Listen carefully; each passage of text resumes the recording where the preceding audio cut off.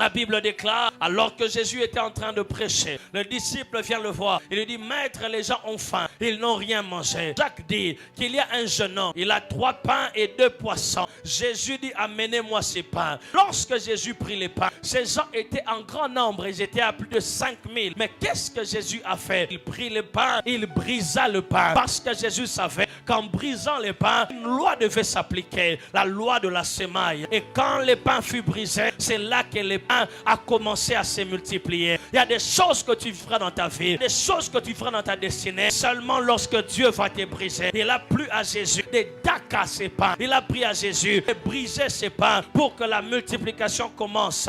Connaître les projets de Dieu, c'est bien, mais connaître le schéma qui t'amène à accomplir les projets de Dieu, c'est encore mieux. Mais si tu es appelé à être un porteur de destinée, si tu es appelé à être un sauveur des nations, Dieu te fera passer par des épreuves qui t'amèneront à mourir, par des épreuves qui t'amèneront à être brisé, par des épreuves qui amènera Dieu à te fracasser. Ce n'est pas parce que tu pleures que Dieu pleure. Il se peut que tu sois en train de crier, Père, mon Père, pourquoi m'as-tu abandonné? Le trône est en train de préparer la gloire. Jésus criait à la croix, il disait, mon Père, pourquoi tu m'as abandonné? Mais c'est que Jésus ne savait pas. Après la croix, Dieu, il lui a élevé au-dessus de tous les noms.